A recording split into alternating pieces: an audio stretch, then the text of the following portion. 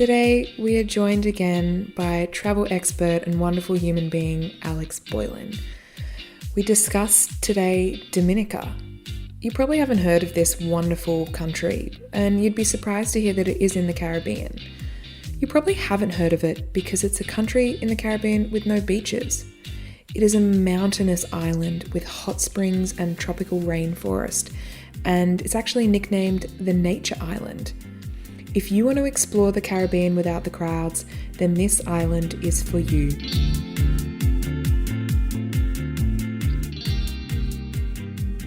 Alex, welcome back to Low Season Traveler mini-series Untouched. How are you doing? I'm doing very well. How are you? Good to be back. I'm wonderful. You strike again. Another country that I had to really knuckle down and do my research because I hardly knew anything about it. Dominica, which I'm sure gets confused with the Dominican Republic, another island within the Caribbean, which is known for its beaches. Dominica is on the other side and known for its mountainous volcanic areas, and such a small space has so much to offer. And you were there in Dominica for your show Around the World for season 1. What was it like to be there? I don't even know where to begin because it's funny. I got stuck there for like 2 weeks, and for the audience to know, like Around the World for free, one person has to make it around the world using to help the online audience. So you don't really know where you're going, but you're staying with locals every step of the way. So we end up in Dominica. I'm the same as you. I'd never heard of it before, right? And someone had written in, and this guy Jay Grimner, an expat from the States who married Dominica in, I don't know, I'm assuming anyway, a local there. And he's like, you got to come to Dominica. He's like, you got to come to Dominica. This place is amazing. So Dominica is, as you get south in the Caribbean, there's a few islands, St. Lucia, Grenada, Dominica. There might be another one. They're bigger islands, massive mountains. Like these are this is not like your typical Caribbean, I would say, islands. And not to say Puerto Rico and the Dominican Republic don't have like mountains, but these are like really big mountains. It's like they're big. So fascinating place. They have the second largest boiling lake in the world. I don't know where the other one is, but to get to this thing, you got to hike. I mean, this is an all day, no joke hike. Fortunately, I remember my camera guy, Jolt's going to kill me for saying this, but Jolt was like, I ain't doing this thing. He's like, you gotta shoot yourself on this one. So Jay connected me with this guy that was like, I'll take you up there. And this is all day. I'm talking you leave at the crack of dawn and you're coming back at night. But when you get up to the top, we were the only ones there. Just imagine, and you go through all these different terrains because it's like rainforest to this, and eventually you get down, it's like just, think of like volcanic activity all happening. And then there's this full on, this isn't like a little pond. This is like a lake, right? I'd say, it's, I don't say, I'm trying to think of how far it is across. It's pretty far. It's pretty big. Yeah. And this thing is just boiling at whatever. Boiling. Yeah. There's people have gone up there and hiked. It's a sad story, but they've gone up there and jumped in thinking it's like a jacuzzi and died. It's boiling. That's how much volcanic activity is happening. So that's what's fascinating about this island, not only the mountains, but even when you're diving, typical in Caribbean, you're thinking bright coral and fish all run around there. There's not a lot of fish. It's like they call it Rosa, which is the capital. They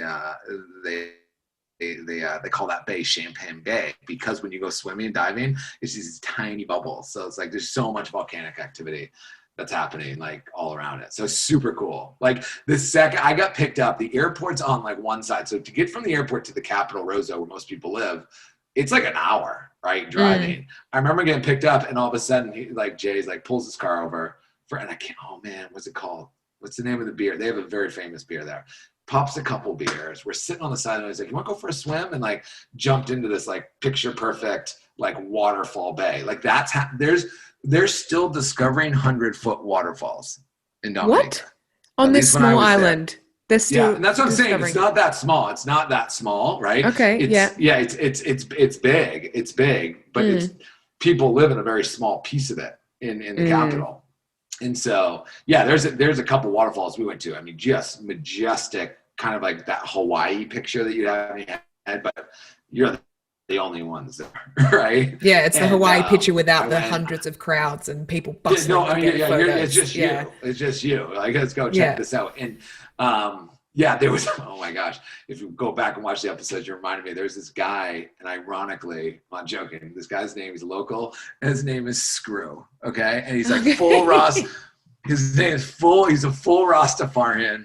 Yeah. And Jay's like, oh, we gotta go meet Screw. And so we go over to this guy, and Screw, and like, I don't know, he does have a lot of kids running around, so maybe that's how he got his nickname.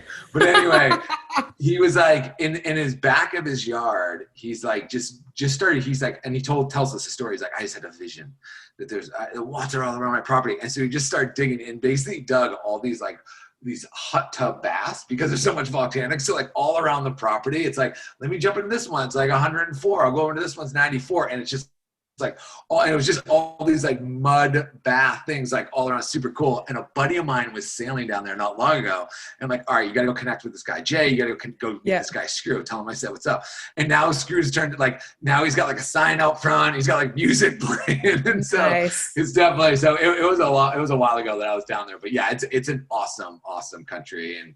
And one of those places that tourists just aren't going. I think they're not going because there are beaches, but they're not easy to get to beaches. Like I never went to a beach the whole time I was there. So I think that's what takes the tourists away from it. But what you lose in the tourists, not that, you want to go where there's a bazillion other people, you gain in this, like, once again, you're with the locals. You know what I mean? You're experiencing real culture. They're so happy to have you there and show off. And like there was there's so much adventure. If you love adventure and like rock climbing, like there was this, it was like waterfalls. I mean, we're like, what do you call it? Like when you're almost like you're canyoning. I mean, we had like full helmets on. Abseiling kind of waterfalls. Yeah. Yeah, it's like waterfall into like dug. Yeah, and there's a pool there.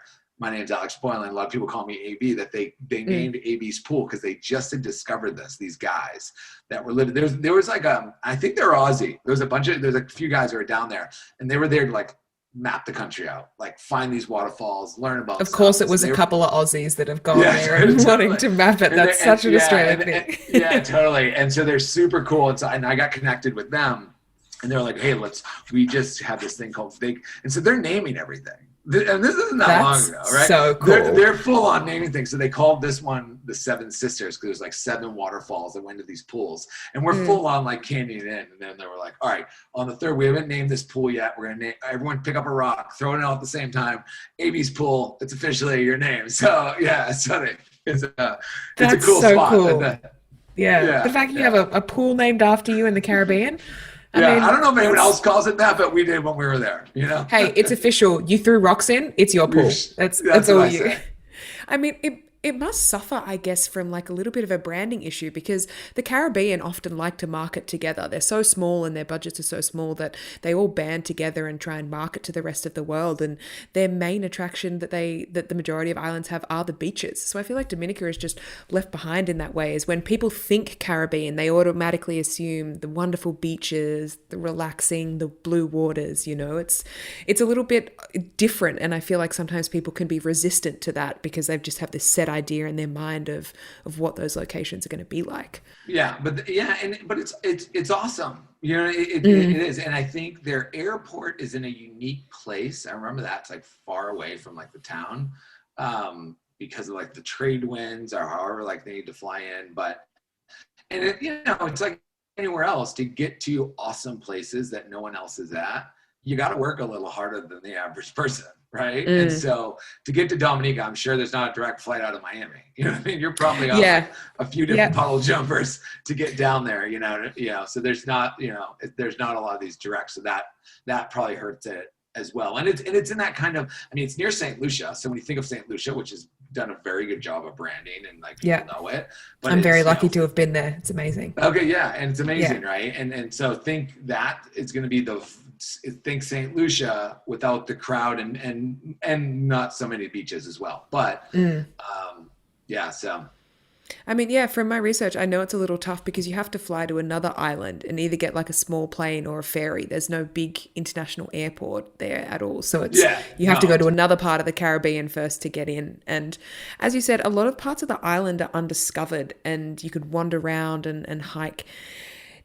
Was it difficult when, I mean, obviously you had a bit of travel, but having no signage or directions or anything like that, that just must make the experience that much more magical. Like you're going with these guys who are mapping the island. You know, they haven't been to these spots before, and here you go, like abseiling down waterfalls and just being like, who knows what's at the bottom? Like, Yeah, I think, but what happens is when the locals are so awesome there, right? And mm, so, go talk to anyone and they'll tell you, you know what I mean, how to get somewhere. Someone knows someone's uncle who knows how to get here. So, yeah, it's true Caribbean. But it's funny because I'm always a lot of times I find these locations because I'm filming, right? And our job is yeah. to like tell great stories in these unique places. But even if you take that away, my favorite thing to do is sail. And that's the exact reason why, Mm, like we talked about in our last podcast, like your phone doesn't work. You can get to access to places that most people can never yeah. get to, right? And so that's why I still, to this day, like sailing is my favorite thing to go do. But it's a really cool place, and I think it's in an interesting. I'm looking at my map on my wall right now, and the Caribbean kind of looks so small. But when you get down to those islands, I don't know. I'm sure there are some boats, but I don't know where you would take a boat into there, unless you're Mm, sailing. Unless you're like I'm on a sailboat and we're like cruising. I don't know if you're just jumping on a quick ferry from St. Lucia. I don't, you know what I mean? It's a little bit yeah. farther than people think. Yeah. Yeah. And well, Dominica's obviously big because they have their first like official hiking trail in the Caribbean. That's the only like official hiking trail in all of the Caribbean because they have the size and the mountains in the distance. And is that hiking trail, is that to the Boiling Lake? Yes, that is Okay. exactly Yeah. what you That did. Yeah. makes sense. Yeah. Okay. Yeah. Cause that there, it's a full trail. Yeah. Mm, I mean, I live in LA. I hike mountains all the time. I mean, the Backbone Trail in the Santa Monica Mountains is legit. And so I love that kind of stuff. And I did that and I was like, oh yeah, there's not many people. I mean, we got to imagine I left in the morning, I hiked to the top and came back down and I never saw one person. That's to give you an idea. Like, oh, like that's how, it's oh, not like, oh, like I want to run into, we didn't see anyone. And at the mm, top, you would think someone that day is going to be doing the same hike we're doing, especially the fact that it's the only hiking trail in the Caribbean. But yeah. no, we were the only ones on it. Oh, that's just magical. And I know a lot of people as well, they go to the lakes and a lot of the hot springs as well for medicinal reasons. Like you said, the guy Screw, he's got just all these hot springs in his backyard. So obviously you can't swim in the boiling lake, but there must be just hot springs absolutely everywhere. The fact he's gone to his backyard and just dug up some holes and created these pools is just Yeah, incredible. totally. Yeah, I mean, I'm sure like the health, and there's somebody could go down a whole rabbit hole talking about this, but I remember Jay. This is the guy I'm staying with, this expat that's living Hmm. there, and he's like, I need to go get some water, right? And so we like packed up his stuff and we drove down the shore, and like the waters are just like the water's just coming out of the mountain, right? So no one's like, and that's how you get your drinking water. So it's not out of the tap. It might not even be good water out of the tap for whatever reason, Yeah. right? That's where you go. You just go to nature and you fill up your water and you bring it back, and it's like the purest water you can drink. And that's what everybody does. Mm. Oh, Yeah. that's magical. I mean, it's so fascinating just these places that I mean, they may have developed since you have been there, but that just work better working off the land is that this modern technology doesn't actually suit their lifestyle and doesn't really benefit what they do and just living off these mountains and getting water from running beautiful mountains. I remember doing that in New Zealand as well, like filling up a water bottle just with like pure running water off a mountain and just be like, That's the this best. it's the best. Like how it It's should be. And the other thing I love about islands, and I want to do a whole show about islands. That's how much I love islands. Like mm, moved there when I was like, I mean, I love islands. There's something about the people, because I think when you're on an island, you can't escape, right? Well, you can, right? mm, But now everyone's in this like area and you're surrounded by water. There's something that creates this little bit of honesty that is not in a lot of places that I've always felt like. There's something different of that energy where it's like whatever happens on this island, like good or bad, it keeps you honest to a certain degree, right? There's a yeah. different kind of vibe to it because this is who you got. We're all on this island, right? And so, yeah, it's a special place. Yeah, we feel that camaraderie in Australia. Obviously, we're Yeah. a huge, huge island, but we have that. We're down here in our own little world, but we have water around us, and we just, band together because everyone else is just so far away from us. Yeah, it's You true. have to It's have true. that community spirit. I know. I love Australia and Australians. You guys got the best like vibe of, you guys got it the most figured out for sure. Alex, for someone who is that well traveled, that is an honor to hear that we have the best vibe that you Oh, have you been do, to. Yeah, you guys, you know what it is? It's like I have some like good friends in Australia. I love Australia. I was just down there for my buddy's wedding pre-COVID. There's just something about it. It's like you don't take, and I want to say this in the right way, but like you have a little bit more fun in life. It's like a little looser than America. It's the way I look at it. Everyone's got a little bit more free, not taking each other so friggin' seriously. And like there's just that like vibe, and it's just cool. There's just something about like everyone's I feel like a little bit nicer, you know what I mean? A little bit more laid back, and a little bit, and that just creates an awesome like just energy all around. Like I'm sure you would say like maybe different, but like I don't have a bad story about an Australian. You know what I mean? Like every Australian is like always happy and having fun, and like just like, oh man, these people are awesome. They're high on something. Yes, we're high on the sunshine, and it's fantastic. So back to Dominica, even though I would just continue talking about how wonderful Australians are. If people were to travel there, is it a place where you feel like you need to have a tour guide or someone to show you around? Or do you think if you were just like the pure adventurer, you could just go there and try and discover it yourself? That's a good question. I think I would, if I was going to advise, and it all depends on the traveler, right? If the traveler is like super adventurous, no, but I would always say, regardless, like get the local. I mean, there's two things that happen, especially like, like I was saying about ironically, the Aussies that were down there. Like I would be like finding a local because they could probably use the money, right? So like help someone out, like pay them a little cash to like help you kind of explore this. But do a little bit of both. Like to me, what I like to do is like, don't plan before I go. Right. Like, so I don't want to plan anything. I don't want to like set anything up. I'm going on my own. I'm going to get like self-situated. But when I get there, now I'm going to start poking around, meeting people, and I'm happy to be like, hey, what are you doing tomorrow? Or you run an outfit. You know how to like canyon me safely without me dying. You got all the ropes and everything. Yeah, I'll definitely pay you for that. Right. So I think like that's the way how I would approach Dominica. It's like, get there and have some adventure and figure it out. But like, don't be, I don't know if you need to be like, Lewis and Clark by yourself and like, I'm not going to have anybody else around me, cause it's like, you'll find more with locals anyway. Like you'll find those little hidden gems. Like 99% of my stories, like I didn't find those things. That's me like getting friends with somebody who's like, let me show you what you don't know, So. Yeah. And I guess that comes back to the benefit of just having travel without the crowds, of having these going to destinations in low season is that you create these connections. You find these gems that you can't find on the internet or in any research. You only know it because someone knows someone who knows someone and you hang out with them and you have that ability to meet with those locals and they have the time for you and you're flexible and you have the time for them. It's a perfect way to travel. Yeah, absolutely. Couldn't agree more. Wonderful. Well, again, Dominica, I'm adding it to my extremely long list of places that I want to travel to. And thank you so much for chatting with us today. It's a pleasure. Thank you for having me.